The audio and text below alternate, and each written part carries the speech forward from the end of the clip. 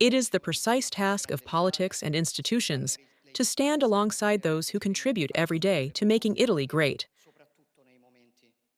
to listen to their requests, gather their suggestions, and treasure their proposals, especially in complex times like the one we are living through. And it is certain, let's say, we have not been lucky. Here, in this season, with the geopolitical situation, with an instability that is slowly becoming our normality, with a picture that changes every minute, Director Gianmarco Ciocci, whom I thank, the director of TG1, rightly said in his opening, "Glimmers of peace in the Middle East." Given the reopening of the Strait of Hormuz, I must inform Director Ciocci, even though he should be the one informing me, that while we were coming here, Iran announced its intention to close the Strait of Hormuz again, responding to the registered American blockade.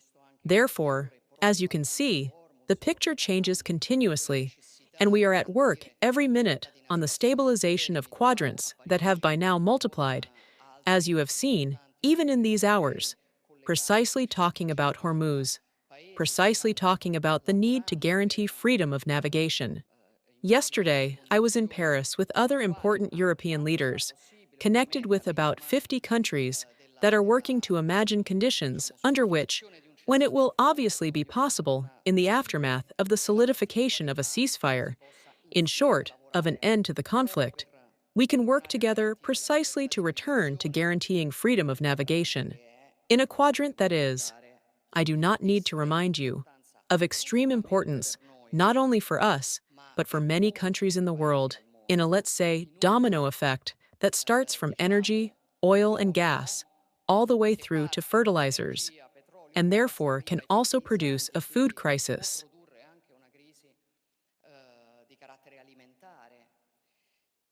It is obvious that today this takes away a lot of energy, a lot of resources from us.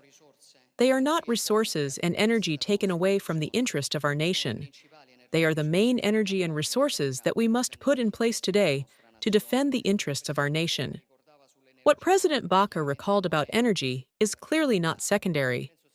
I think it has been seen, President, how since this crisis broke out, we have taken care, I have personally taken care, by going first to Algeria, then to the Gulf countries, to ensure that this nation did not suffer contractions in the supply of its fundamental energy resources.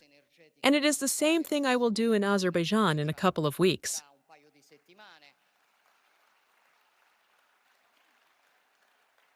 The work done in Hormuz yesterday, for Hormuz and yesterday, is equally very important. The Extraordinary European Council, which takes place at the end of next week, will also deal with these matters. However, on the energy issue, we addressed the topic, and in a structural manner, before the conflict broke out. Because Italy has historically and independently of a situation that clearly risks causing prices to explode, an energy cost that is higher than our European partners, and that limits a fundamental area of Italian competitiveness. We did this with a decree that preceded the conflict, which dealt with some important and structural matters, and not only invested 5 billion euros to curb prices.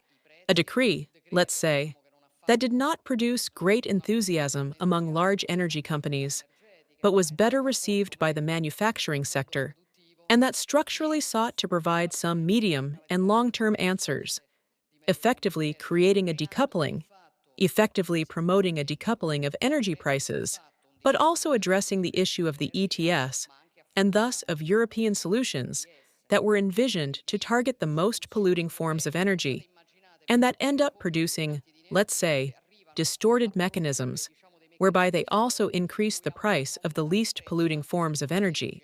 We are fighting a battle in Europe on this. Everyone knows it. We managed to lay the foundations in the conclusions of the latest European Council needed to pass the ETS provision of our decree, which requires European authorization.